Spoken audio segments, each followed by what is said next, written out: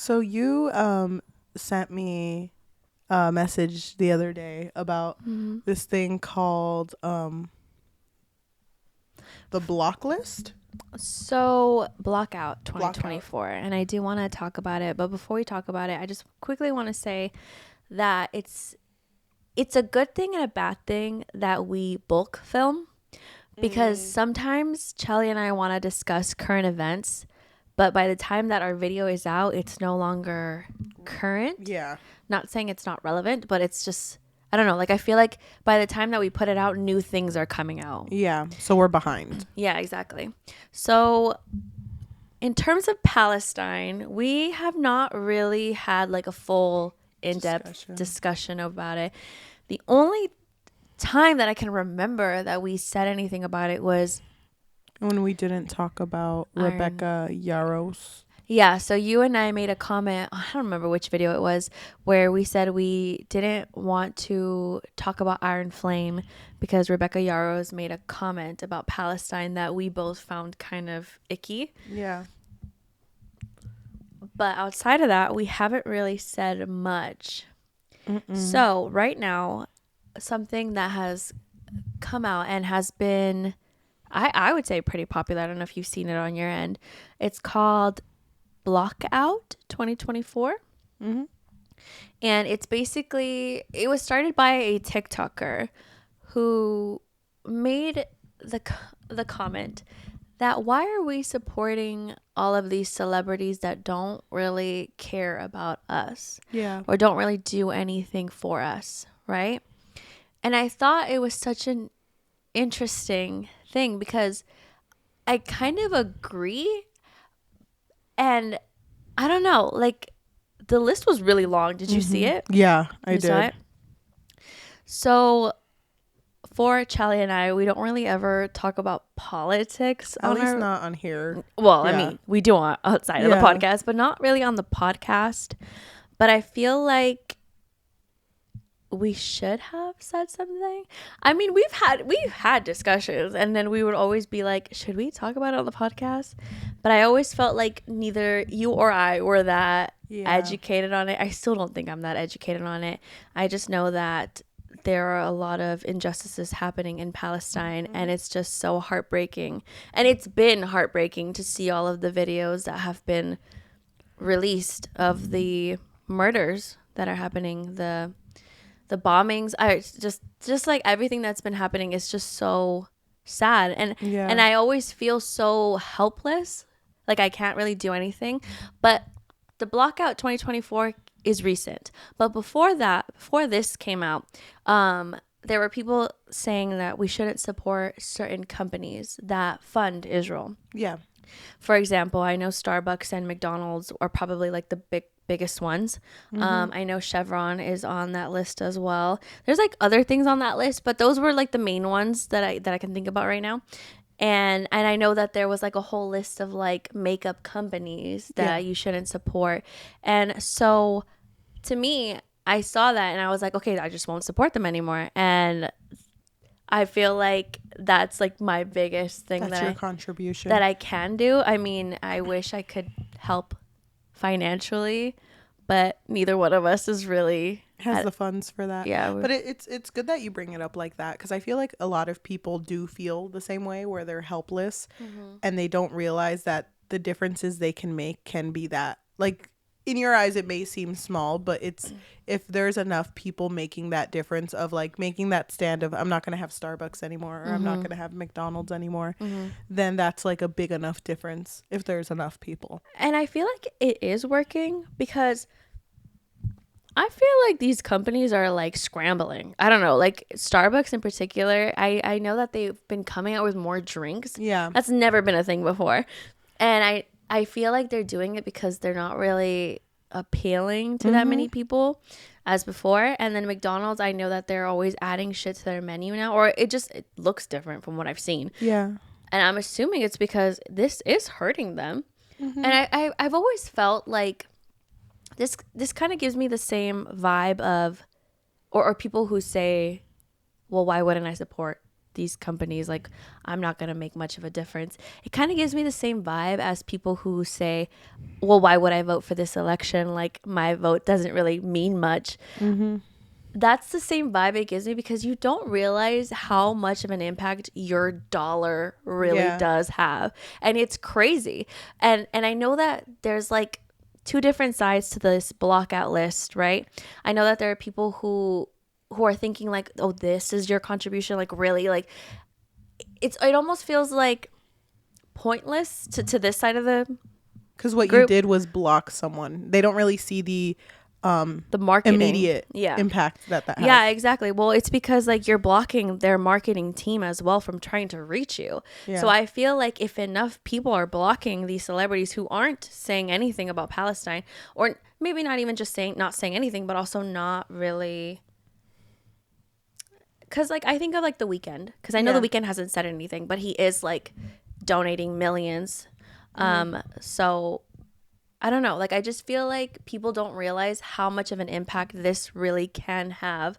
And also, why do you want to support someone who isn't, for, Palestine, especially when they've suffered enough? I had seen a video where someone posted like, well, but what if like you really like the actor and you want to support them, but they're on the block list because they attended something where it was funded by someone that is against Palestine. So I had seen something that like exactly what you said. It's not that you are immediately cutting everything off, but it's substantial enough for them to see like, oh, I should be saying something because it's affecting. Maybe not just saying something, but like doing something. They have connections, you know.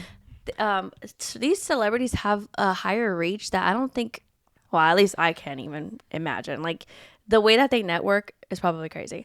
Yeah, well, I was telling you, like, I feel like Taylor Swift is big enough and influential enough to like swing an election if she ever wanted to. She definitely is. And I understand what you mean, because like celebrities have that power to make a very big impact. And then when it comes to like smaller influencers, and I mean even us, we have like a small community of people that follow us, and although we can't like donate millions, there's still like bringing exposure to things and doing what you can, like your part to be able to help. Yeah, and I think this also came out, I think the reason why Blockout 2024 became a thing, my assumption is because of the Met Gala. So there was a video that was going around where it was like the Met Gala. So it was like all these celebrities with these really beautiful dresses and their outfits paired with how the people from Palestine are being brutally murdered. So it would be like one dress and then like someone dying, so it's giving that same, I guess, notion of like, or I guess people are comparing it to like the Hunger Games. And it's so heartbreaking to see that. And I don't really understand the Met Gala. I know that I think it's about charity. I have no idea. I think so too. But every ticket is like $50,000. It's a lot of money. So I don't know. It's just that money could have been used for like Palestine, for example. Yeah.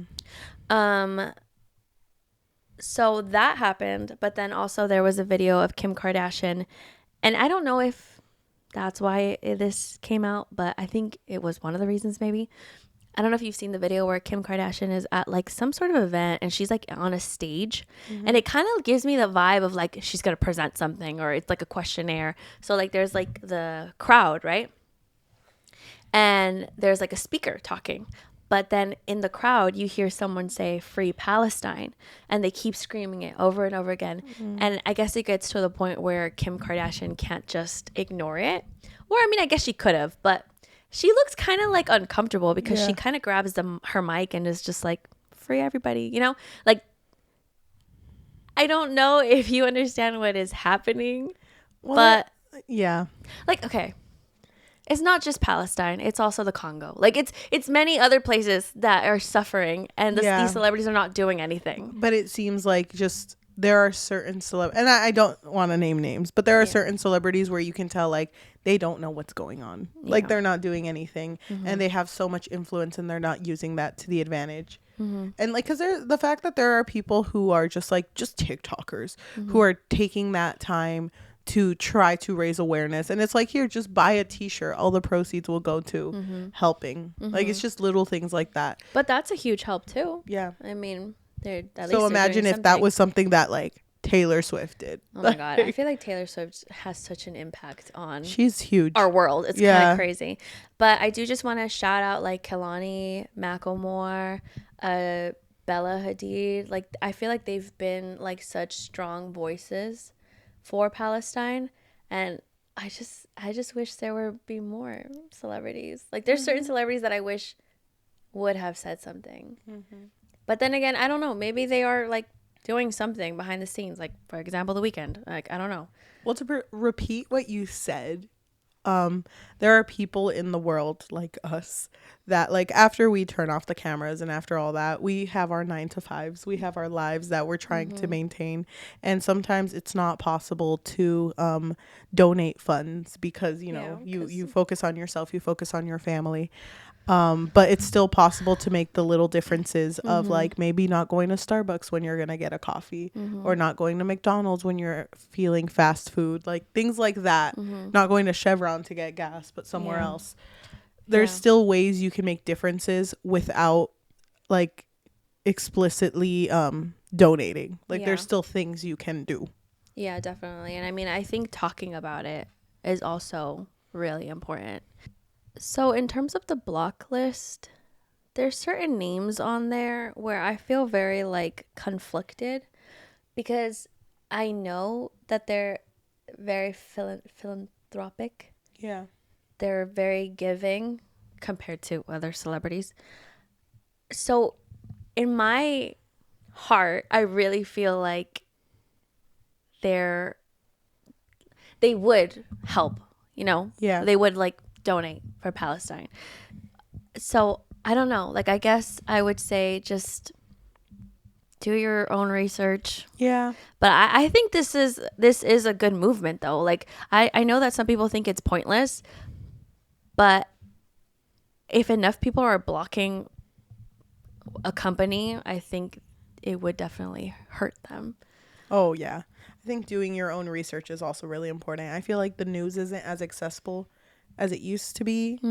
Well, I shouldn't say that. It's accessible in different ways, but I feel like today's youth sometimes forget that news sources can be biased. Yeah. So to just be aware when you're looking for news out there. And it's kind of sad to realize how our government is trying to, I don't know what the word is, but like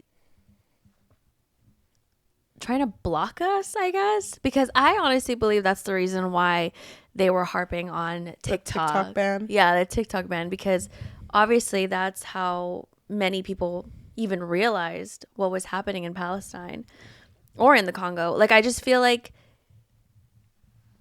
they're just trying to control us, honestly, and we can go on forever. Ignorance is bliss, unfortunately, and that's how it wasn't that like a really big reason why people didn't go out for Black Friday.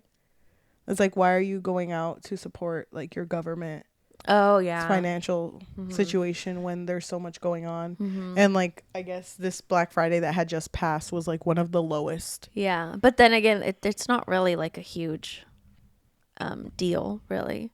No, not anymore. Well, in terms of like how much you're saving to go on that specific night. Yeah. But that it's a heavy topic, but I feel like it's good to be able to have, because the book we're going to talk about, not at all like this topic we're having. It's a very light-hearted book. Yeah, we debated holding off on the topic for a book that would have more relevance, but honestly, I feel like it kind of is what life is like, though, because you could still, you're still going to go out there. We still work our 9-to-5s, just because, how should I say this?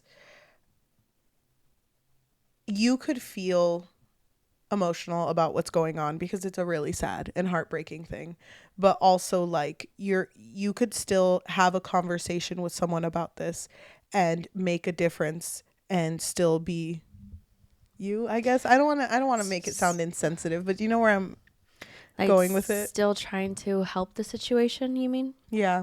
Yeah. I see what you mean. Yeah, there's ways to make differences. And it's good to know, even if it's just like amongst friends talking about books, it's good to talk about. Yeah.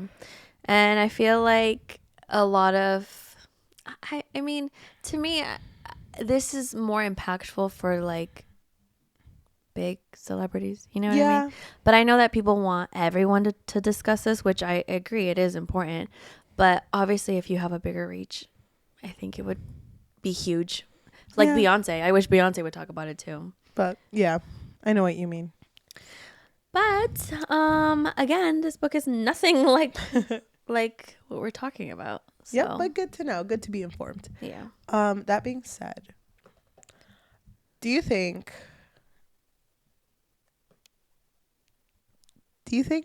male friendships matter? Do you think that bros and more bros? Do you think bromances can fix your life? I really hope so. Welcome to the Book Fix podcast, a podcast where we fix lives one bro at a time. Bro edition. I'm your host, Cheli. And I'm your host, Yajaira. Switching gears, because this book that we are talking about is a book that both Yajaira and I saw at a Barnes & Noble's a long time ago. And I totally forgot the name of it. I just remember the cover. And I remember wanting to read it and thinking like, wow, this seems like a really good LGBTQ book. Yeah, that's what I thought it was too, but... Yeah. So we are going to be talking about the Bromance Book Club by Lyssa Kay Adams. And, oh my gosh. Let me give you a premise. Okay. Let me give you kind of like a little background on our characters. So this story centers around Gavin, who is a baseball major leagues player. And he just had his big break. Like, he had a really good game, and because of that, he's being scouted, I think. Or like, you know, there's a lot of opportunity coming for him. And he's just like, I'm so happy. Like, baseball's going well. I love my wife. I love my life. My 2 twins, beautiful. And he goes home just super pumped to go have sex with his beautiful wife, Thea. And then she like orgasms. And he's like, wait a minute. That was different than before. He's like, I've never heard you make that sound before. In which he realizes that his wife, their entire 7 years of marriage, has been faking orgasms every single time. That is crazy. So it's such a weird premise for a book, but like the whole book is basically like, I don't know how to get through to my wife. I love her so much, but because of that, we had a big fight. I walked out on her because I was so angry, and she was angry too. And now she wants a divorce, but I don't want to divorce my wife. Like, I didn't mean to walk out on her. What do I do? It was his reaction. He was so angry with her when he realized that she had been faking her orgasms, and she was just like, "Why are you angry?" Yeah. And so then he walks out, and she's like, "Yeah, you know what? This is not working out. Fuck this." So she is ready to divorce this man, and he doesn't know what to do. So here comes the brotherhood of men. The bros. His bros are there for him. The story starts with him. He's getting drunk in his friend's basement, and they're just like, wow, we've never seen him this low. Like, what happened? And of course, he doesn't want to admit this very intimate issue with his friends. So he's like, don't worry about it. Don't worry. It's just you know, she wants a divorce, but I'm not going to tell you why. Yeah. And so then they tell him, like, you know what?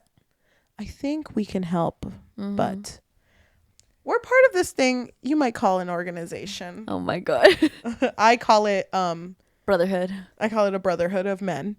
And we meet when the clock strikes 3. Like, please meet at my house, but first of all, you can't tell anyone about this organization. What happens in this brohood stays in this brohood. Thank you, bro. And so then he's like, you can't tell anyone, but you also cannot go see your wife. Okay? That's the biggest thing. So what does he do? He goes to see his wife. Yeah, so okay. His wife, because this is a dual perspective story, right? Yeah. So his wife, her name is Thea, and she is an artist. And because she got pregnant fairly young and it was unexpected, she got married really young, and she kind of had to drop her whole like art career. She basically had to drop her whole life because she didn't really do anything besides just stay by Gavin's side. And it's now hitting her how much she lost because of him. So she's over here like, I want to go back to school. I want to get back into art. I want to be able to do everything that I've wanted to do that I had to stop because my husband's job came first. So she's at home and she has a mallet and she's just like, I've been wanting to get rid of this wall for such a long time and I'm going to do it now. So she's swinging at this wall while her two twin daughters are just kind of like, oh, mom's just doing that. And her sister, who is now living with her after the split, is just like, you know what? I agree with you. I hated that man from the very beginning. When I said he was good for you, I lied. Oh my God. Don't believe it. Mm-hmm. So then she's living this new like independent life, trying to find herself. Mm-hmm.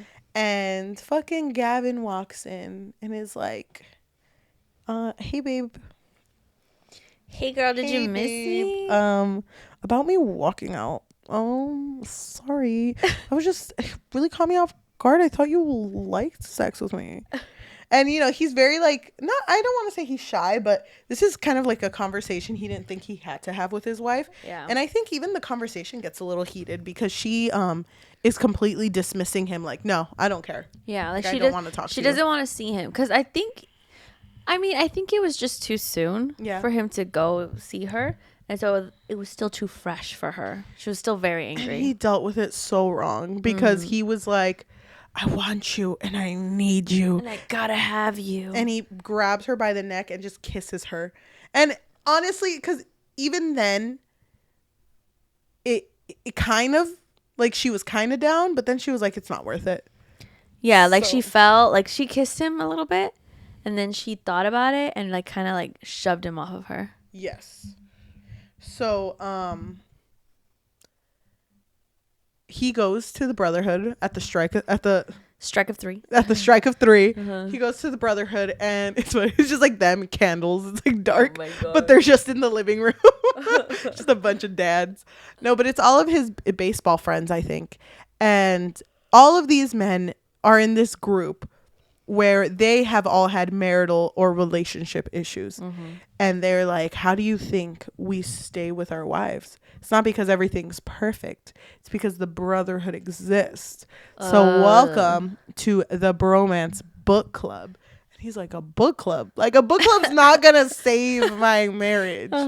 And so they're like, no, you don't get it. Like, we read romance books about these perfect men that are written by women. It's like getting in their minds and understanding what they're looking for in a man. I feel like this could work if you're reading the type of like romance book she really likes. Can you imagine? They're like, here's Den of Vipers. Oh my God. You got this.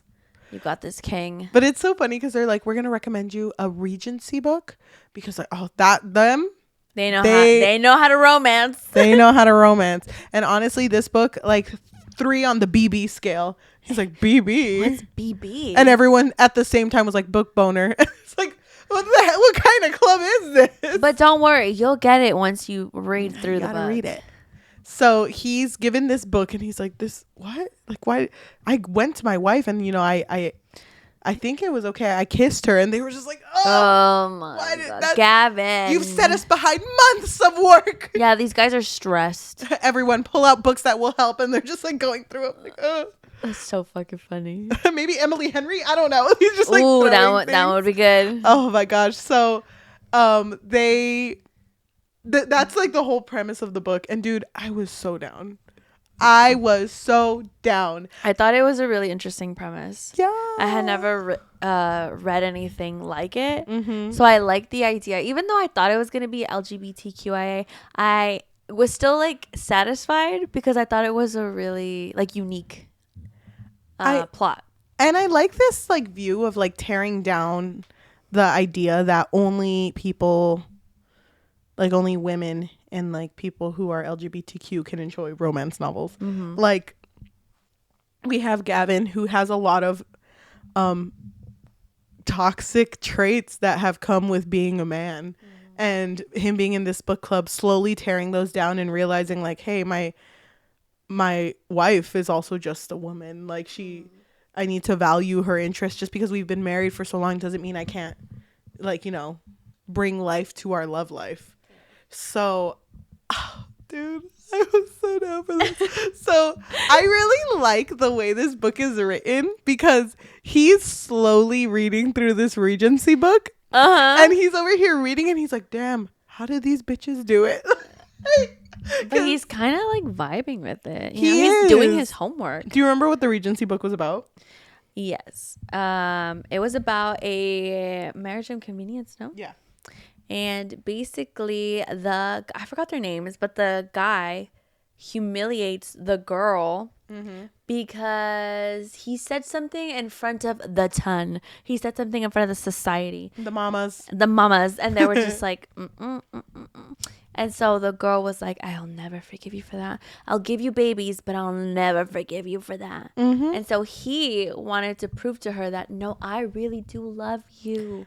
I want to be with you. Isn't his whole thing like trying to make her fall in love again? Yeah. So when Gavin read that, he was like, oh my God, this shit is perfect. I'm the Duke. I'm him. So like...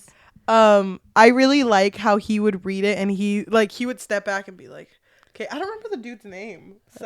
Sylvester? I just know that he would refer to him in his mind sometimes like, don't fail me now. And then he would say something super romantic. He would be trying to channel him. Like there was this one point where he was talking to Thea, and she said like, what he ended up getting was, I'm going to use what I learned, and I'm going to create kind of like a plan. And I told her, like, he tells Thea, like, I want this to work. So please give me until Christmas for me to win you back. And Thea was reluctant because she really didn't want to. She felt like it was just going to be a never ending circle. Yeah. And her sister was also like against her trying to save her marriage. Yep. I forget why she agrees, but like I think she has like there's like an inkling of hope. No, wasn't it like how to lose a guy in 10 days? You know how like they both have like plots against each other? So she was like, oh well, it doesn't matter anyway because I'm just never going to be around.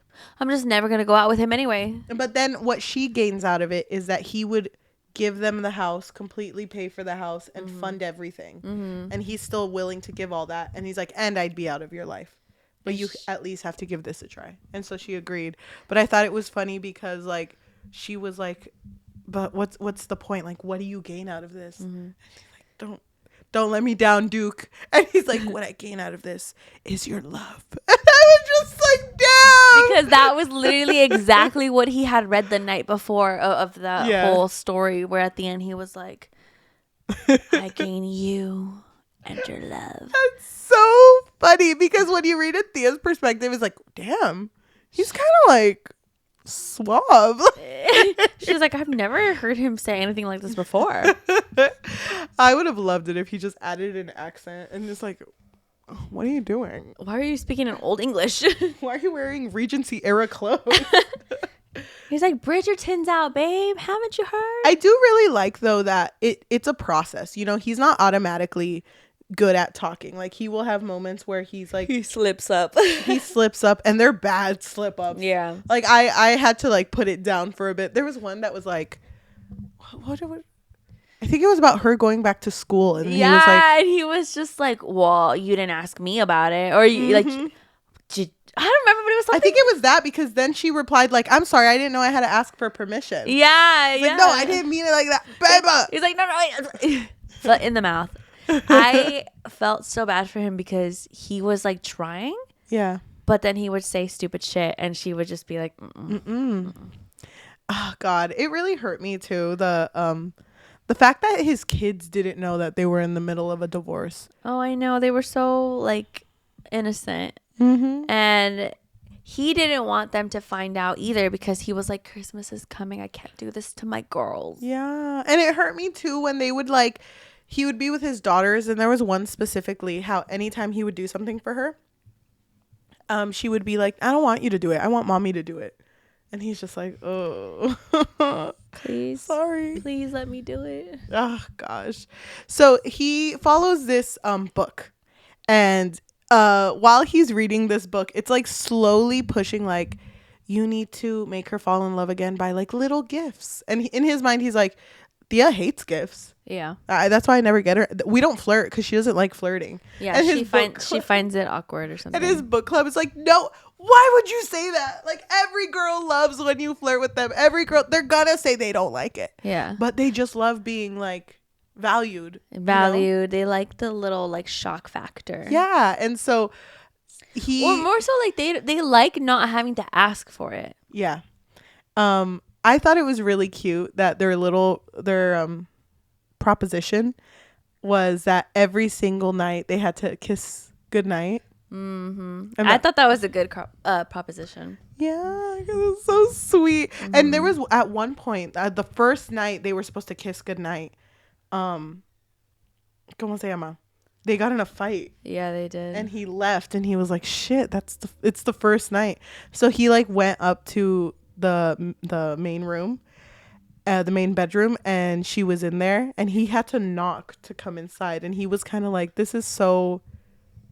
It's crazy because she's my wife, and I have to come in here and like a school kid basically like ask to kiss my wife, but he still was just kind of like, I don't know, like if you're down to give me a little kiss, that would be really sweet. But it was very brief. This one was.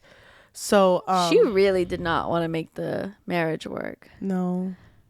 Which I didn't really understand, but like I guess because like from what I understood is that she had so much trauma from her childhood that kind of built up. Mm-hmm. And it built up in a very bad way, and he didn't make it better. Yeah. So but just the way that she would act, I felt like, damn, she really resents him. Yeah. I mean, 7 years. No orgasms. I guess, yeah. You remember that first time they, I think it was one of the first times they kissed. He asked her, like, so when you wouldn't orgasm, would you go finish yourself? And she was like, yeah, sometimes. And he got hella, that was the reason he walked out. He was so mad, yeah. Why, this is my thing. Why are you going to ask a question that could piss you off? It's like, you know the answer to that question. Yep. Don't ask it. Well, that was at the beginning. He wasn't through the book yet. I don't care. He wasn't through the holy book. So, Gavin, come on, Gavin. Think a little bit. Do you remember, though, the first time that they kissed? They were in the bathroom, and he was trying to listen to his bros. And, like, they were like, don't put your hands on your wife. And he used, like, one of the words from the Regency book because they had kissed, and it was, like, a really heated kiss. And he was like, damn, Thea, you tell me and I'll put my hands on you. If you want it. But he was really struggling. Yeah.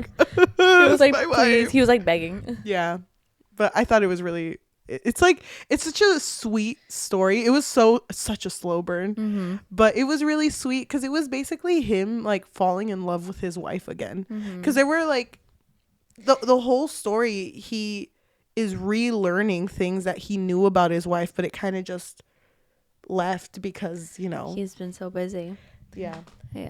So, and then also I thought it was interesting that when they had first met, she pretty quickly got pregnant. Yeah. Afterwards, like when they first started dating, and so then they got married, and everything was so quick and fast, and she kind of had this realization of like, damn, some of the girls, like the other baseball guys' girlfriends, like trap their guys.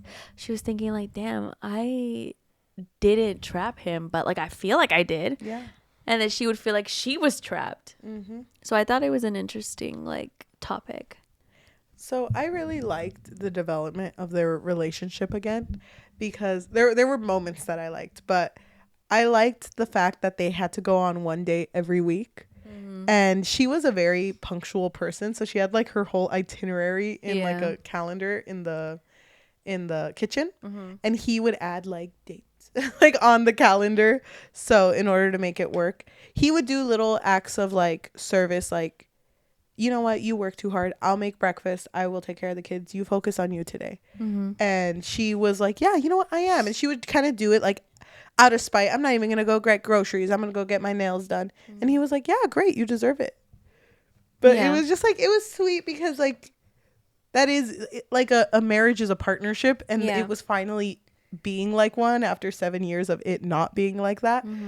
And I really liked their first date, which was when they went dancing. Do you remember that? Oh, when the friends were like watching him?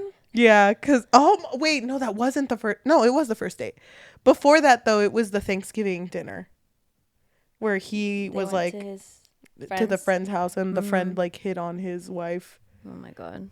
And he's like, I'm sorry, you can't control me. Can't be tamed by Miley Cyrus. Oh my God. And then also, Thea has always felt very like uncomfortable / awkward with the other girlfriends, because some of them just like, well, one of them does not like her. Yeah. She's made it very obvious. And Gavin was like, I never noticed.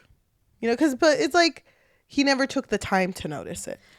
I guess now that I think about it more, damn, 7 years. That's a long time. That's a long time. Of unsatisfying. But I don't know. Like, I get it, because I feel like.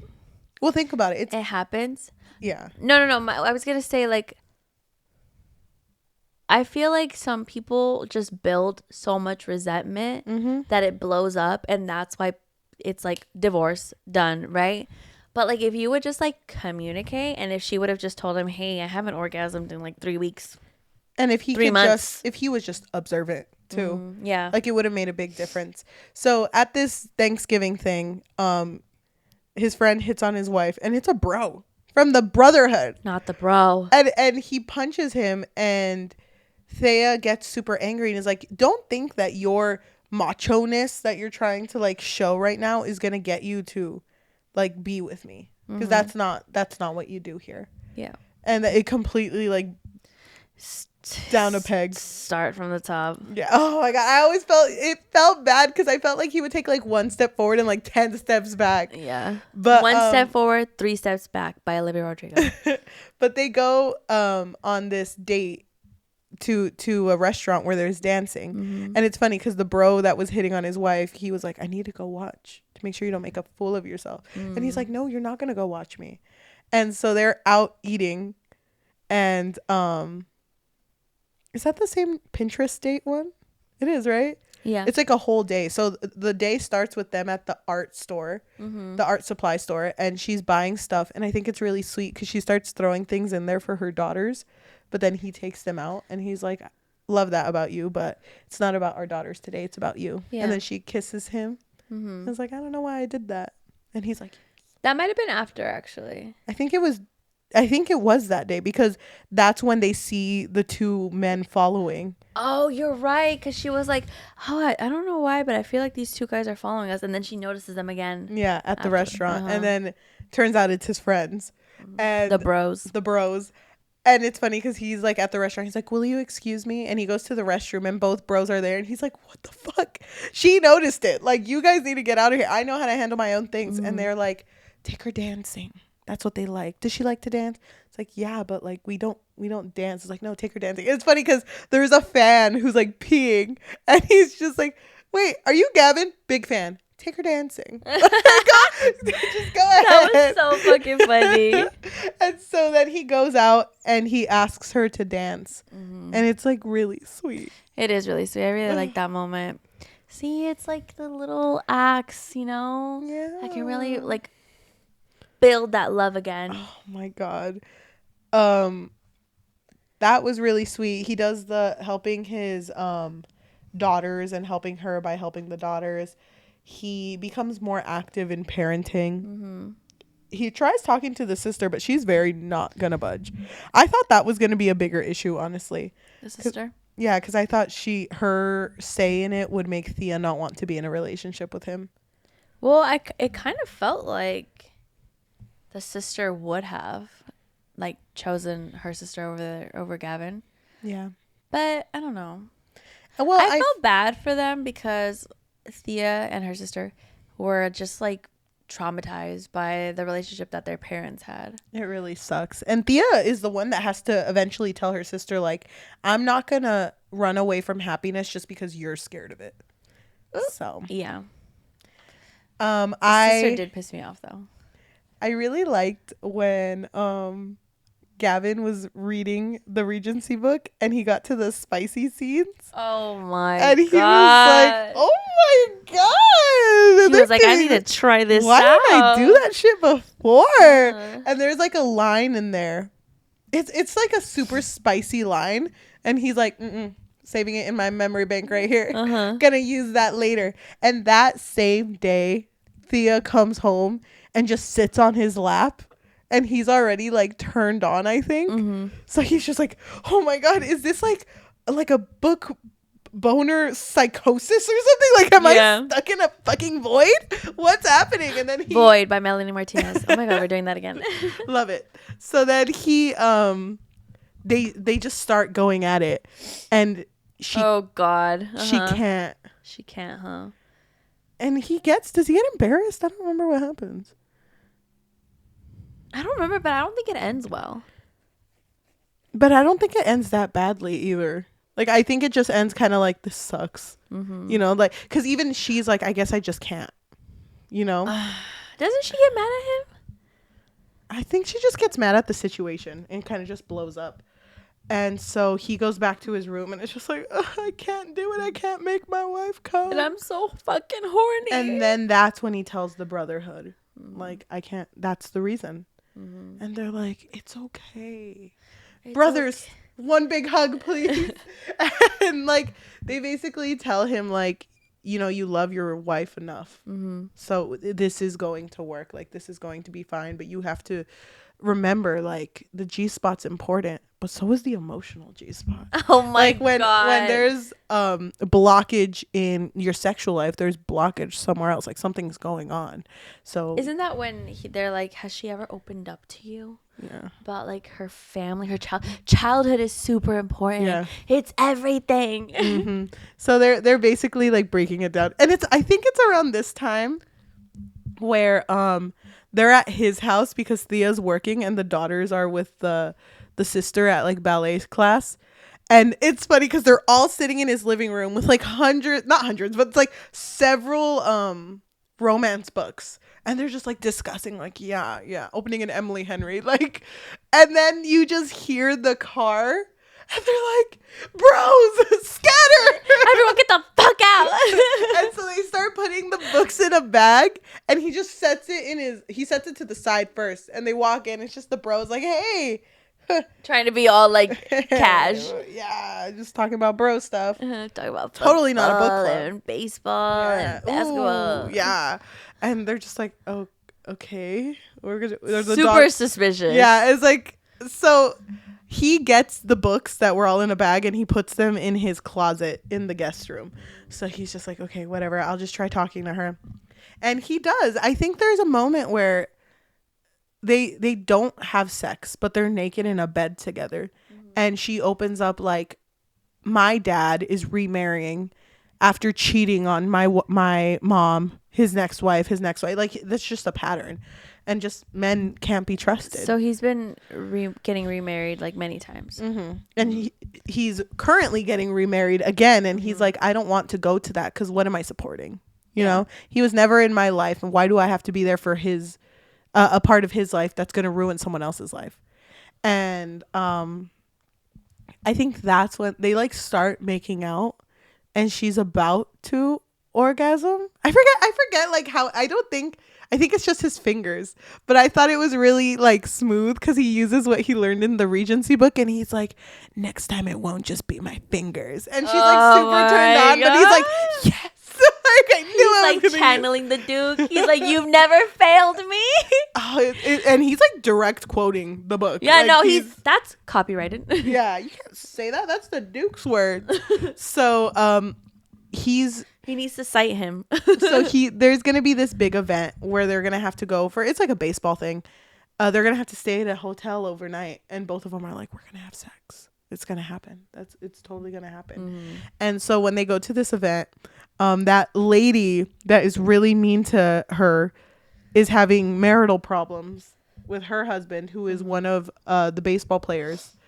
And she's just like, I'm only having problems because Thea brought her problems into the friend group. Oh, God. And that's why. And Thea's just kind of like, oh my God, you know what's something we never mentioned? Gavin has a stutter. Oh, yeah.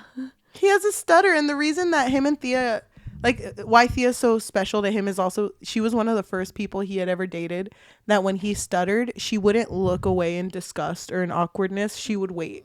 Yeah, until he's done. And so then Rachel, which is, oh my God, well, remembered her name. Oh my God, it's coming back to you. So Rachel, while she's talking to all the girls in the restroom and Thea's just kind of listening, she makes like a comment like, oh, I bet that he's bad in bed. I bet he stutters in bed too. And I think Gavin hears it too. Like, I don't know where. Gavin doesn't hear it. Oh, okay. It's just Thea. But I know that Thea goes up and is like, you know what? Like, whatever's happening in my marriage it's not the reason yours is sucking. Like, yours is bad just because it's bad.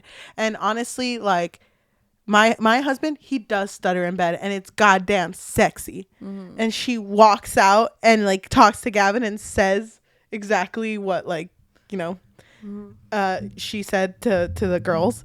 And he's thinking to himself, had this been Gavin page 1, had this been a beginning of the story Gavin, I would have been so embarrassed. I would have been like, don't fucking talk about her sex like that. But me being the Duke Gavin, like me being newly transformed, me being on book 3 of that series, third eye wide open, that's so fucking hot. Wait, can I just say, we never talked about this, but there was one point during the book club they were like, yeah, you're gonna have to open her emotional G-spot, because just like when the Duke does this for the princess and he just covers his ears, spoilers. I thought that was so funny. He really didn't want anything to be spoiled for him. I know, but they were at this party, she says that, and he's turned on, and he's just like, right now, let's go to the hotel right now. And she's like, really?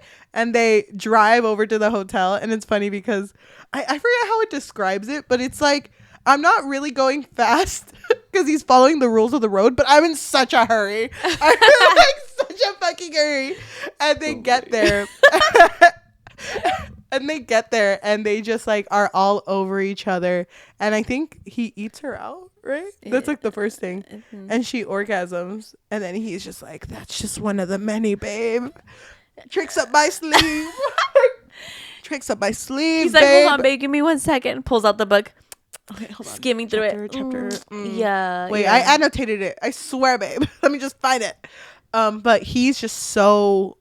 She like hella. Oh my God, she has a great night. One for the girlies, and so she is so into him again, and it's like, yes, our marriage is good. We're good. I'm glad this worked out, and I chose you. And then he is just like, well, what do we do next? You know, like, and she's just like, well, we can tell the girls, like, you can go back into the room, and everything is looking bright, you know. But then when she gets home, she tells the sister, and the sister is like, I can't believe you chose him. Like, after everything he's done, like, that's really what your choice is. And it was like, yeah, but he wasn't, you know, he's been working on himself and stuff. It's like, well, if you really think so, why don't you go look at what's in his closet in the guest room? I thought it was going to be something fucking crazy. Yeah. I was like, oh my God. Books. I know. I wouldn't even look at it. I'd just be like, okay. Okay. But she finds it's the fucking Duke book. It's like 4 times the size because of all his sticky notes. Oh my God. And she looks through it and it's like, weird. Everything he's ever said, it's highlighted. It's like a little sticky note, worked on Thea. Well, thanks, Duke. A 5 out of 5. Thanks, King. And so then she approaches him. Is like, has everything you've been saying to me been a lie? Like, am I a joke to you? You're just pulling shit out of a book? No. What? Wait, babe. Fuck. I was just like looking through the book. Is the acknowledgements doing anything for you? Should I say that? Dedicated to my wife? Like, no. I just feel like, I don't know. To me, I would kind of just be like, okay, that's kind of cute, I think. Oh, you read books? That's chill. That's chill. I thought you didn't read. Okay, thank God. Okay. But she was really offended. But he immediately like, you know what? Third eye open. That scene from After Earth with Jaden Smith when he's like, I'm not scared anymore. That was him. I've never seen it. Okay, we'll talk about it later. But it was like, I'm not scared anymore. So he was like, you know what? I've worked my, excuse my language, ass off, fucking ass off trying to win you back. But what I realized is like I've changed, and I'm trying to be the best me I can be, and I've learned to relove what our relationship was, you know, because he relearned his wife, and it was such a beautiful thing. But he's like, but at the end of the day, like the things holding you back, I cannot change. That's up to you to change. And you can't keep putting a block in our relationship because you're unhappy with the relationship of your family. And she's like, what the fuck? Why are we talking about? It's like, no, you need to. She's like, what? I'm not unhappy. Yeah, what the fuck? I just talked to my dad like last week. Yeah, I told him to fuck himself, but like still talk to him. No, wasn't she like avoiding or ignoring their calls? Yes. So then he was like, you need to figure out you. And you know what? If anything changes, you call me. But if a divorce is what you need to fix you, then that's what we'll get. Yeah. I'm gonna go baseball with my bros. Baseball without you, babe. That's basketball. No, but he's just like, he goes out and she's just like, fuck. Because that wasn't the feeling she wanted. It was like. And I feel like she really didn't think that she had any faults at all. So when he said that to her, she was like, damn, wait, have I been unfair? Because he was really trying. Yep. And then I think she has a conversation with her sister one more time. And then that's where she tells her, like, you can't keep wanting to see me unhappy just because you're unhappy. Like, if I want to be happy and I want to try to be happy, then that's what I'm going to do. Yeah. And the sister was really sad, though, because she was like, I thought that you and I would always choose one another. Which is a little bit confusing, though, because does this mean that this is how she felt when she first got married? But she liked Gavin. I thought she did, too, but I don't know. But she seemed to hate him, though. Yeah, but it got better. But Thea decides, you know what? I'm going to go to the wedding. And I'm going to go see my dad and talk to him finally. And tell him to go fuck himself. So she goes to the wedding, crashes into the dad, and she asks him, like, finally, this question that's been sitting with her is like, do you regret having me? Because her nickname. So sad. Oh my God, I forgot about her nickname. Her nickname growing up was Shotgun. And she thought that was her nickname because she was the firstborn. But they had a shotgun wedding because the wife was pregnant and kind of trapped the husband down. And so that's why she was kind of spiraling, because she started to feel like, damn, did I trap my husband? And that's how everything started. And I just feel so bad for her. And the dad basically goes like, you are the biggest thing I don't regret. Like I regret not being there enough for you, because you became something so great, so big. And what did I become? Like I wasn't a father to you, and I couldn't be part of your achievements, but I wanted to be. Yeah. And, you know, I just want you to know that you were never a regret. And then she's over here like, okay, Dad, give me a moment. It starts to cry. Yeah. I fucked up. Gavin's in fucking New York and I'm over here at a fucking wedding. Yeah. And so she even thought to herself, like, damn, I should be like working hard for my marriage. Yeah. And it's funny because she's like, if I leave now, I can get to New York.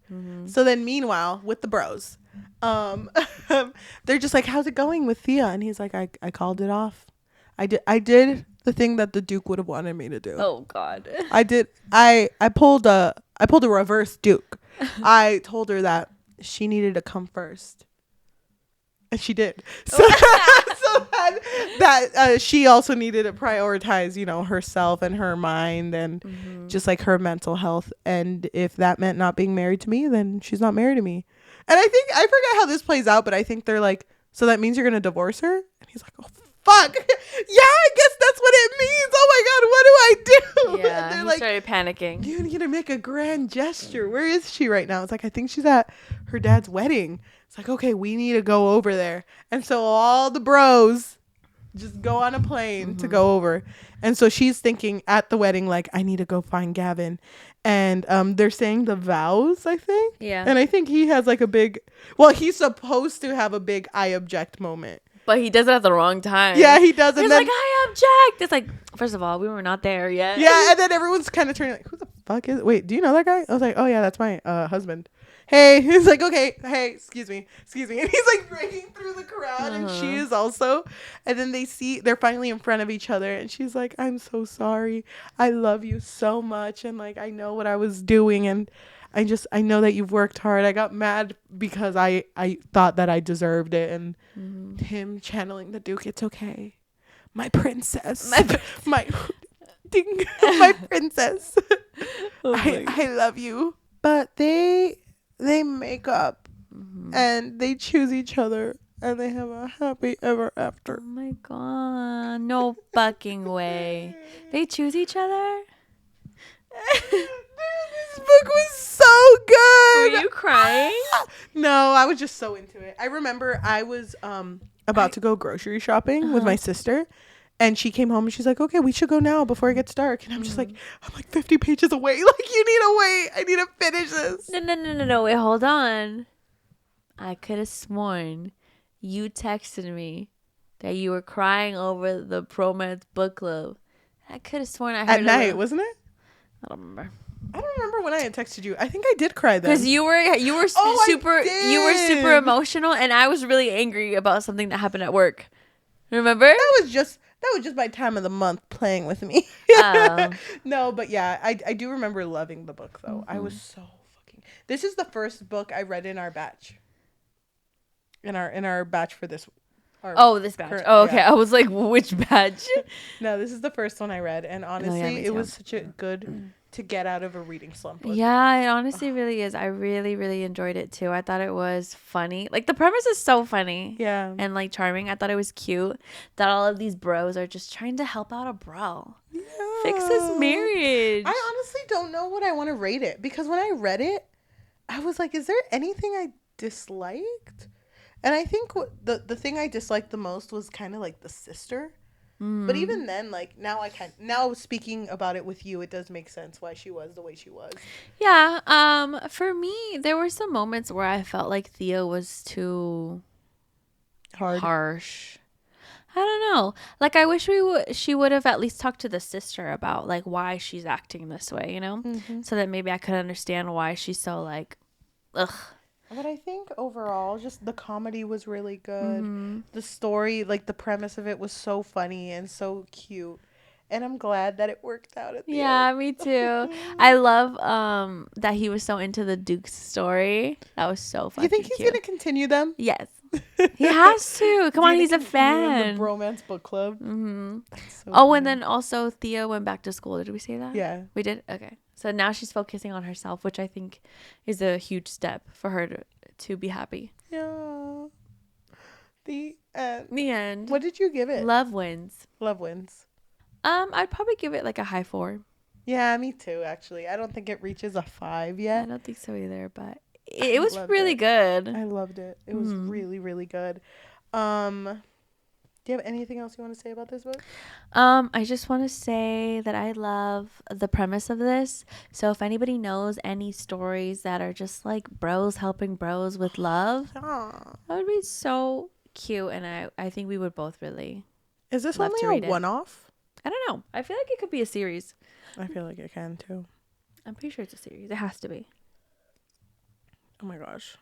Hold on, I feel like I'm hacking the system right now. Like so many things open. Dude, it's hot in here. Yeah.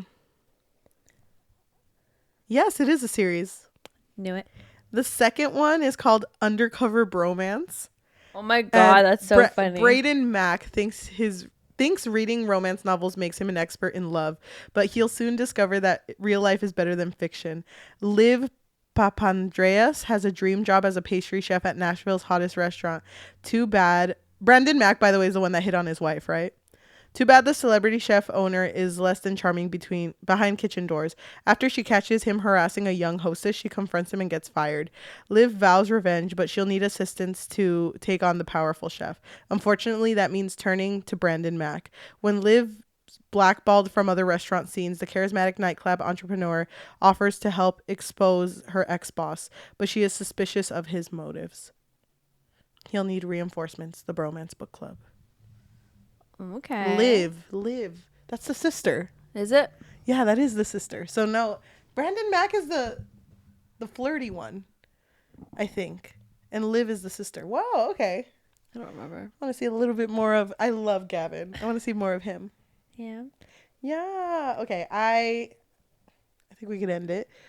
Thank you for everyone who's listening to us in audio form, whether that be Spotify, Apple Podcasts, Amazon Music, or anywhere you get your podcasts on. Thank you so much. If you can leave a rating of 5 stars and a review recommending us a different read, that would be amazing. If you also want to help us with exposure, the best type of exposure is through word of mouth. So if you can tell your friends, your family, your loved ones about us, that would be great. If you want to support us and you have a little bit of money, what can they do? So we do have a Patreon, and at the moment it really just serves as a way for our listeners to let us know that you really appreciate how much work we've put onto our podcast. Right now there's not much on the Patreon level, but please stay tuned. Please be patient for us. Mm-hmm. You can find us on patreon.com/bookfix. But if you don't want the commitment of monthly, you can find us on Ko-fi, which is ko-fi.com/thebookfix, or buymeacoffee.com/thebookfix. I'll read a negative, by the way. That's what I'm looking up. If you want to support us and are supporting us on YouTube, thank you so much. If you can like, comment, subscribe, and hit that notification bell, because we post every Tuesday and Thursday. If you want to support us on social media, we do have a Instagram and a Threads at the Bookfix Pod, THEBOOKFIXPOD, and we also have a Goodreads and a TikTok at the Bookfix, THEBOOKFIX. So let's go ahead and read some reviews about this book. I will read a negative one. Okay, mine comes from Tony. They give it 5 out of 5, and they wrote, heartwarming. It's great to know, or rather have a bookish confirmation of something that I have always believed in. There are good men out there who care about their families, wives, and children to the extent of doing whatever it takes to make their marriage work, even if it is reading a Regency romance book. Mine comes from Linaria, who gave it a 1 out of 5. Her, oh my gosh, I hate you, move out. Him, okay, if that's what you want. Her, how dare you, move out. This relationship is over. Seriously, this is how the book goes. I thought that this would be a light, funny romance. Unfortunately, while the premise was absolutely ridiculous in the best way, the book took itself way too seriously. Not to mention, the book gets awfully serious in parts, which didn't vibe with me with the wacky premise. I took a chance on this book, and it definitely didn't hit a home run. I know, I'm hilarious. Thank you so much for listening, and we will talk to you next time. Bye. I'm starting coaching baseball tomorrow. Oh my God, how do you feel? Do you feel inspired? I do feel inspired. Yeah. I'll start a book club like afterwards. But we're just going to read like children's book. Yeah, you're just going to read. Take Out Diary of a Wimpy Kid. Chapter 1. Is that so big? Dude, that's huge. Diary of a Wimpy Kid is really big. The Babysitter's Club is really big. Isn't that one old? And they're redoing them. Oh, okay. Like they're graphic novels now. I think there are new ones too. Oh, cute. They have recently started doing graphic novels for Animorphs. Cute. And the I Survived series is really big. I really like that one. What else? Dogman. That's Captain Underpants' like sequel. Oh, right. Yes, I have seen that. Yeah, dude. Hella books out there. I feel like, there's all these kids reading these bangers, but no one's over here reading The Dollhouse. Did you ever read that one? The Doll Party? No, I think that was called. I don't remember. It was it was a book about these old porcelain dolls that are like can come to life, kind of like Toy Story, but then they get replaced by plastic dolls, and they're just like, fuck these plastic bitches. But then they become friends and realize like it doesn't matter what type of doll we are. We're still family. Oh, that's so cute. It's really cute. I think it's called the Dollhouse, the Doll Party. I'll have to look into it. Yeah, I have them all if you want to borrow. Oh my God. Okay, I will.